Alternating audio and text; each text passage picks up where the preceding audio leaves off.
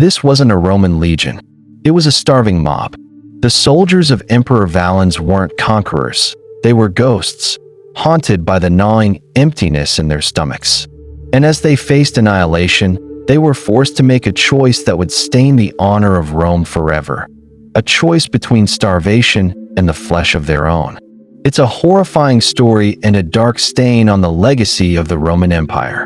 An emperor so desperate and so broken that he commanded his men to commit the ultimate taboo. But behind every legend, there's always a kernel of truth. And the reality of what happened to Emperor Valens and his army is, in many ways, even more terrifying than the myth. This is the story of the brutal reality of Roman decline, of an empire on the brink, and of a single, catastrophic decision that led to one of the worst military disasters in history. We'll investigate the horrifying legend of Roman cannibalism and uncover the historical truth behind the emperor's catastrophic final battle. So how did things get this bad? To understand the disaster waiting for Emperor Valens, we have to understand the world he lived in. The late 4th century wasn't the golden age of Augustus or Trajan. The Roman Empire was a giant, creaking under its own weight. It had been formally split in two, a practical move just to govern its immense territory. In the west, Emperor Gratian, Valens' own nephew, was in charge. In the east, from the magnificent new capital of Constantinople, Flavius Valens held power. Valens was not born to be an emperor. He was a professional soldier's son and had a pretty unremarkable military career before his brother, Valentinian I, was acclaimed emperor by the army in 364 AD. Valentinian needed a trusted partner to rule the vast eastern provinces, so he elevated his brother Valens to be his co-emperor. It was a choice born of necessity, not merit.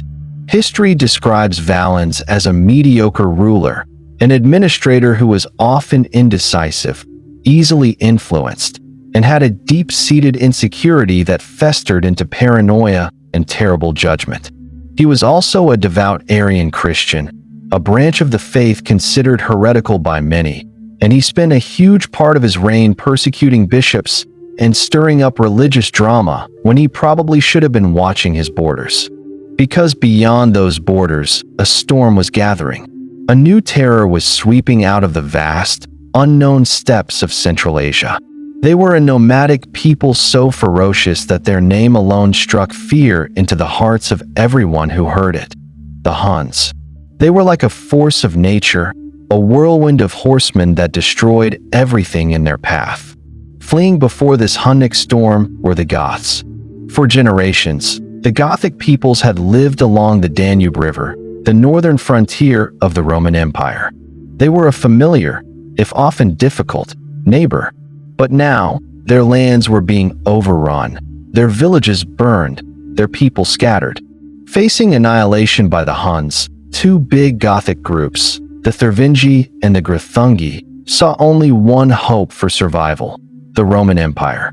In the year 376, a huge crowd of desperate Gothic refugees showed up on the banks of the Danube. They sent envoys to Emperor Valens with a formal request. They weren't asking to conquer. They were asking for sanctuary. They pleaded to be allowed to cross the river and settle on Roman lands in the Balkans as subjects of the empire.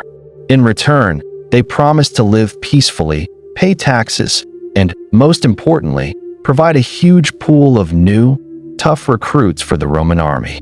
From his capital, Valens considered it. On the surface, it seemed like a gift from the gods.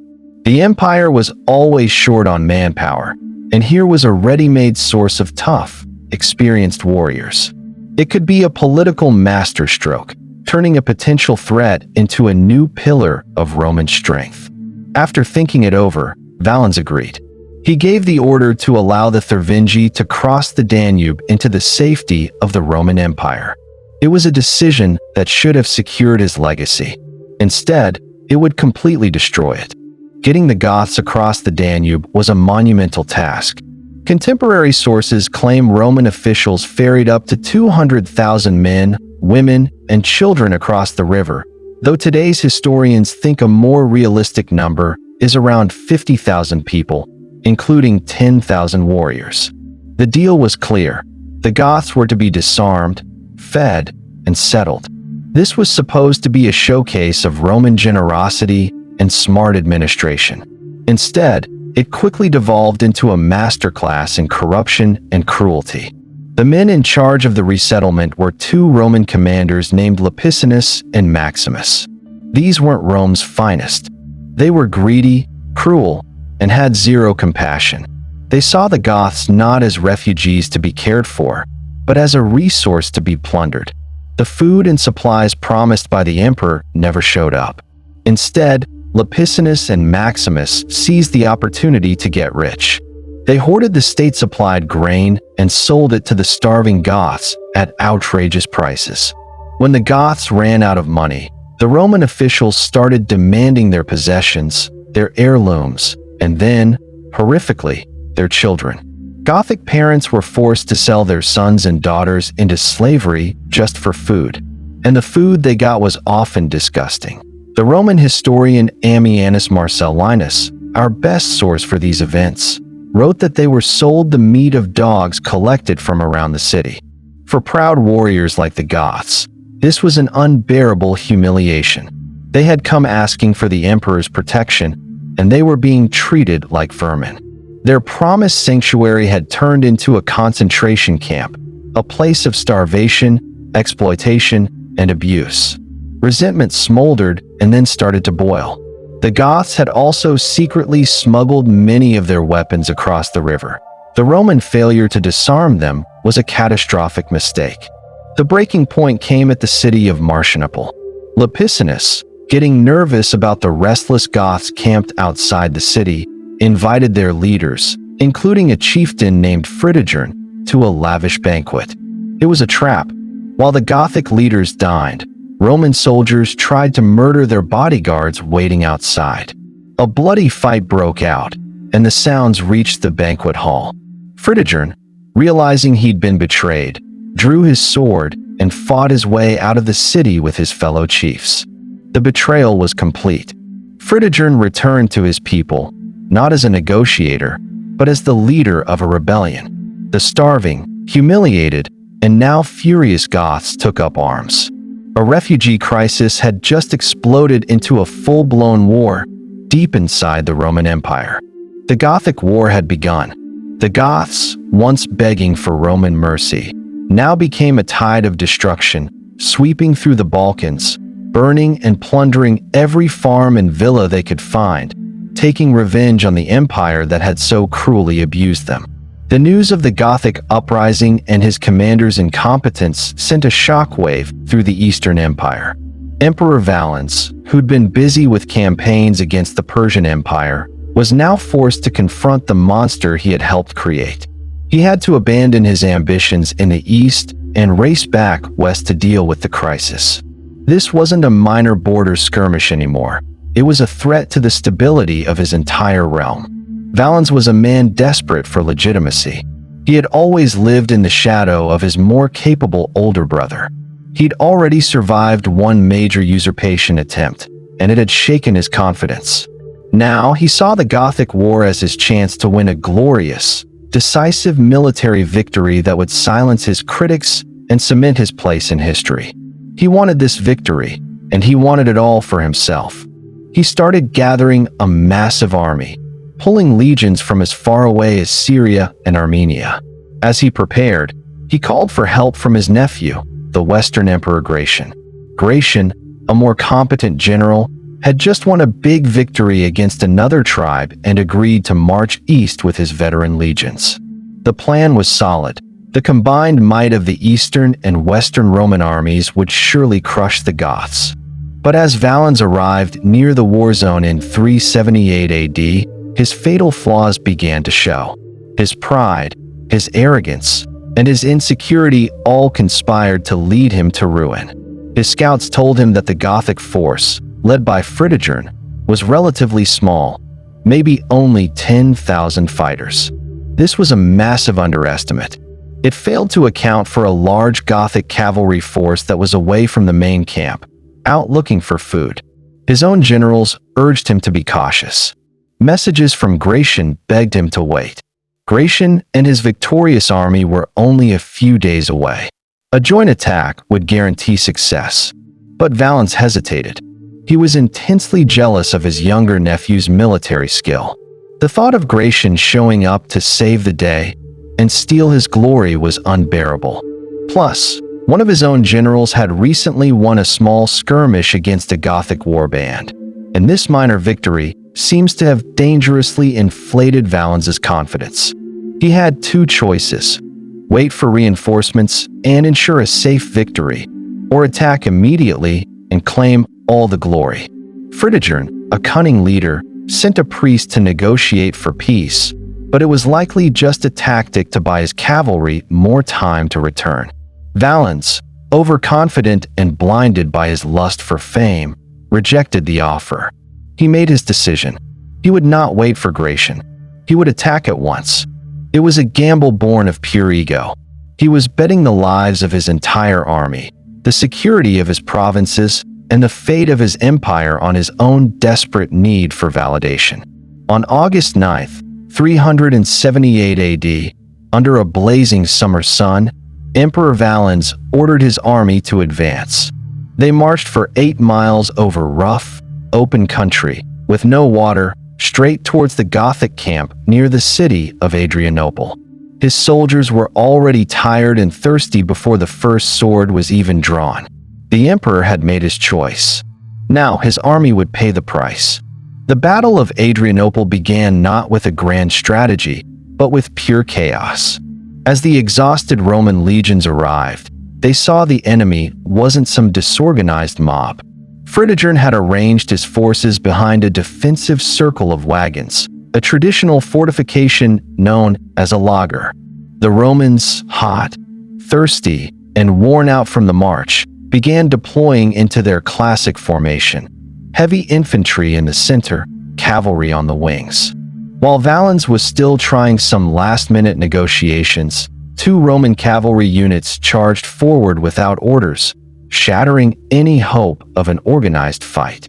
They were easily beaten back by the Goths, which just sowed more confusion through the Roman ranks. The battle became a messy, stumbling affair. The Roman left-wing cavalry did eventually push forward, almost reaching the wagons, but they were overextended and fighting alone. And then came the moment that sealed Rome's fate. Like a thunderbolt, the missing Gothic cavalry returned. They had been alerted to the battle and had ridden hard to get back. They didn't just rejoin the fight, they crashed into it. The historian Ammianus describes them charging like a thunderbolt from the hills, smashing directly into the exposed flank of the Roman cavalry. The Roman horsemen, already engaged and outnumbered, completely shattered.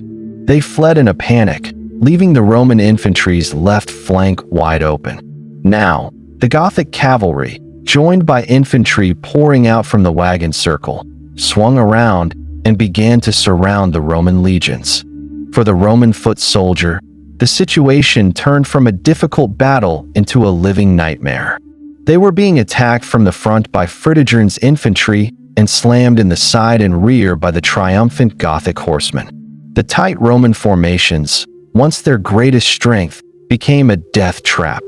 Men were packed so closely together they could barely raise their arms to swing a sword or use a shield. The huge, disciplined Roman army was compressed into a helpless, struggling mass. Ammianus Marcellinus, who spoke with survivors, paints a grim picture. He describes huge clouds of dust blocking out the sun, making it impossible to see incoming arrows. The air was filled with screams and the groans of the dying. Spears shattered in the crush of bodies. There was no room to move, no space to fall back, and no chance of escape. The discipline that had defined the Roman legions for centuries evaporated in a storm of terror and blood. The Roman army was no longer fighting. It was simply being butchered. It was a complete slaughter, on a scale not seen since Hannibal destroyed the legions at Cannae over 500 years earlier. As his army fell apart around him, Emperor Valens was abandoned by his own bodyguards.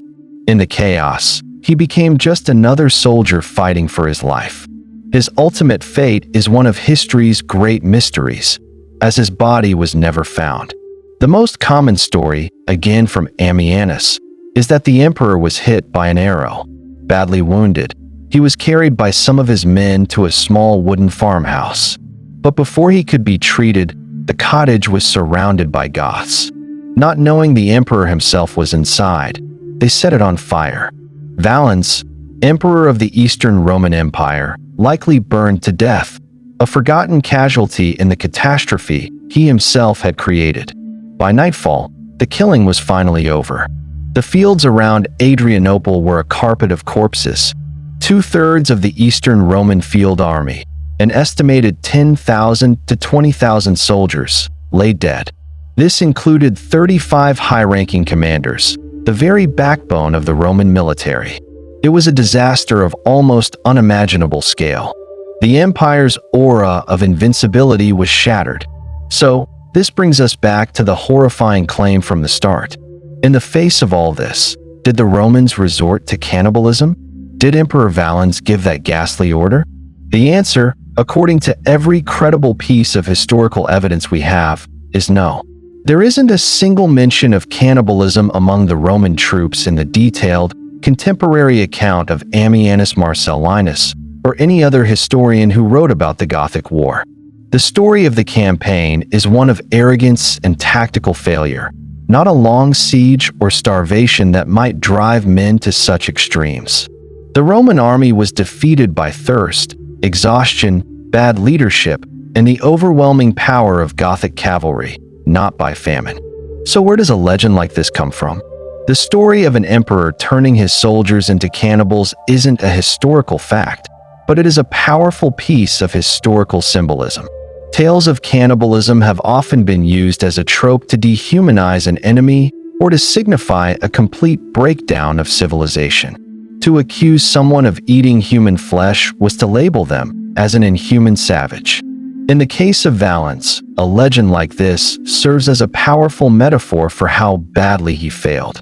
The defeat at Adrianople was so shocking, so complete, that it seemed to defy normal explanation. How could the mighty Roman legions be so utterly destroyed? For some, the answer had to be that things had degenerated to an almost supernatural level of horror. The idea of cannibalism perfectly captures the ultimate collapse of Roman discipline and honor. The legend survives not because it's true, but because it communicates the sheer, unthinkable horror of what happened on that field. The defeat at Adrianople was more than just a lost battle. It was a turning point that sent the Roman Empire hurtling towards its eventual fall. The immediate result was chaos. With the Eastern Army annihilated, the Balkan provinces were left defenseless. The victorious Goths were free to roam and plunder wherever they wanted, even reaching the walls of Constantinople itself. The psychological blow was immense. The myth of Roman infantry dominance, a cornerstone of its power for centuries, was broken. The battle proved the devastating power of heavy cavalry, kicking off a new age of warfare that would define the medieval period. Valens' successor, Theodosius the Great, inherited an empire in crisis. With no army left to fight, he was forced to do the unthinkable. In 382 AD, he signed a treaty with the Goths, allowing them to settle permanently inside the empire, not as conquered subjects, but as an allied, autonomous nation under their own leaders. This set a dangerous precedent. It was the beginning of a policy of bringing large, unified barbarian groups inside Rome's borders, a policy that would ultimately fragment imperial authority and lead to the rise of Germanic kingdoms on Roman soil. The Battle of Adrianople also had another profound consequence. It cemented the separation of the eastern and western halves of the empire. From this point on, the two halves would increasingly act like separate countries, each fending for itself, which fatally weakened the whole. The story of Valens and Adrianople is a brutal reminder that history is driven by human choices, and that arrogance and ego can bring even the mightiest empires to their knees. If you want to explore more of these pivotal moments and uncover the brutal realities behind the legends of Roman history, make sure to subscribe and hit the notification bell so you don't miss our next investigation. In the end, Valens wasn't an emperor who turned his soldiers into cannibals. The truth is perhaps even more damning. He was an emperor whose personal flaws, his jealousy, his insecurity, and his reckless desire for glory led his army straight into a slaughterhouse. He made a catastrophic gamble and lost everything.